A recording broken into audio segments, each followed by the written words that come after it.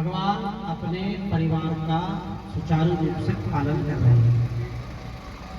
सब बालकों को सुंदर शिक्षा देते हैं और संस्कार देते हैं और अलग अलग रूप बना करके भगवान सभी रानियों के महलों में रहते हैं।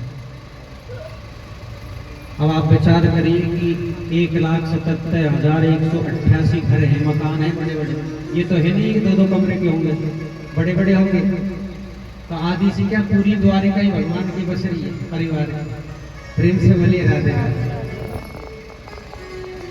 एक बार जामवंती जी नाराज, वैसे देखा जाए तो जितनी भी रानियां हैं भगवान से एक बार नाराज हो गई। कभी न कभी रूठती रहती है, नाराज होती रहती है, लेकिन रुक्मिणी ही एक ऐसी रानी है जो कभी रुक्मिणी के चेहरे पर भगवान ने उदासी नहीं देखी। एक बार भगवान ने विचार किया कि रुक्मिणी के साथ में कुछ विनोद करें। तो भगवान आज मुंह लटका करके रुक्मिणी के महल में आए और रुक्मिणी के महल में आकर के और उदास मन से अपने पलंग पर बैठ गए। रुक्मिणी ने कहा, प्रभु आज क्या बात है, आज आप उदास कैसे हैं, हमसे कोई गलती हो गई? भगवान नहीं बोले। रुक्मिणी ने कहा, प्रभु बताइए, राज्य में कोई आपसे किसी ने कुछ कह दिया या कोई गलती हो गई, आप बताइए तो सही, या आपकी कई तबीयत खराब तो नहीं है? तब भगवान ने कहा कि रुक्मिणी, गलती तुमसे हुई है। क्या गलती हुई? बोले, तुमने विवाह तो मुझसे किया है लेकिन सोच समझ करके नहीं किया। भगवान कह रहे हैं रुक्मिणी जी से, बोले विवाह तो तुमने मुझसे किया है लेकिन सोच समझ करके नहीं किया। क्यों महाराज? बोले, मैं कहा तुम कहा। बोले, तुम तो एक राजा की राजकुमारी हो और मैं एक ग्वाला हूँ जिन्होंने जीवन भर गाय चराई है, पोखर का पानी पिया है, बेजड़ की रोटी पर मक्खन रख करके खाया है। मैं तो गंवार अनपढ़ हूँ और आप हो एक राजकुमारी हो।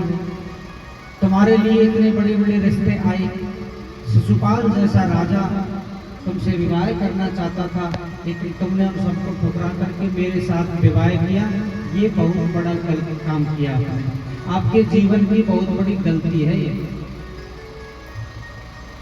मुझ में गुण ही क्या है ऐसा जो तुमने मुझसे विवाह किया है? बोले, राजाओं के तो बड़े बड़े शिष्य होते हैं, द्वारपाल होते हैं, मैं तो एक ग्वाला हूँ, मेरे तो कोई शिष्य भी नहीं है, मुझे तो कोई बजने वाला भी नहीं है। रुक्मिणी सुनती रही, बोली नहीं। और जैसे भगवान ने देखा कि रुक्मिणी के तो चेहरे पे कोई उदासी नहीं है, तो भगवान ने फिर एक व्यंग्य किया। बोले, रुक्मिणी अभी भी समय है देवी, अभी भी तुम शिशुपाल के साथ में जा सकती हो। हाँ, मैं मना नहीं करूंगा, तुम शिशुपाल के साथ में जाकर के अभी विवाह कर लो। और जैसे ही भगवान ने कहा, महाराज रुक्मिणी जी मूर्छित होकर के गिर गई। अब प्रभु ने देखा रुक्मिणी जी तो मूर्छित हो गई, तो महाराज भगवान चतुर्भुज रूप में खड़े हो गए और 2 हाथों पर रुक्मिणी जी को उठा लिया और एक हाथ से पंखा झल रहे हैं, एक हाथ से रुक्मिणी को पानी पिला रहे हैं और पलंग पर रुक्मिणी जी को लेटाया। और रुक्मिणी को जब होश आया, रुक्मिणी से कहने लगे, प्रभु कि अरे देवी, मैं तो तुमसे मजाक कर रहा था,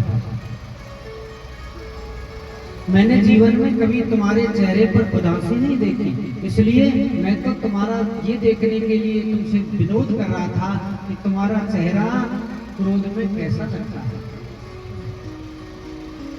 रुक्मिणी कहने लगी, प्रभु आपने जो जो बात कही है वो सब सत्य है।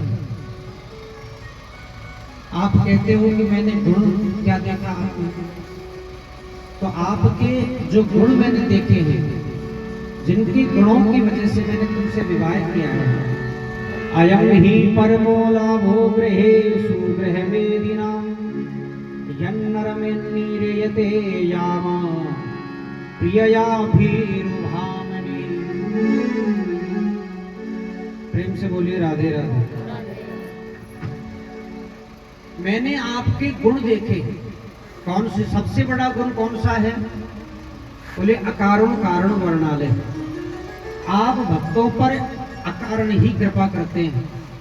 अकारण कहते हैं कि कोई कारण ही नहीं है।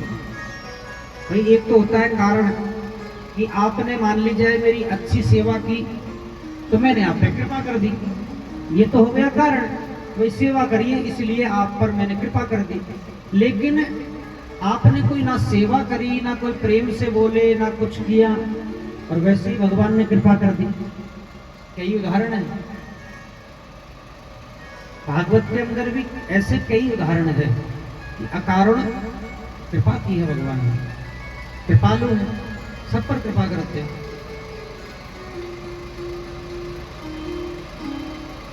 तो महाराज आपने सबसे बड़ा गुण तो ये है, इस गुण पर मैं रीझी। और आपने कहा कि हमारे तो कोई चेले ही नहीं है, कोई भगत ही नहीं है, हमको कोई भजता ही नहीं है। तो प्रभु आपको अमीर लोग नहीं भजते हैं, आपके तो भगत जो हैं वो गरीब हैं। जिसके पास में ज्यादा पैसा होता है वो आपको नहीं भजता है, गरीब ही बच। ऐसा सुंदर सुंदर भगवान का और रुक्मिणी जी का विनोद हो रहा है।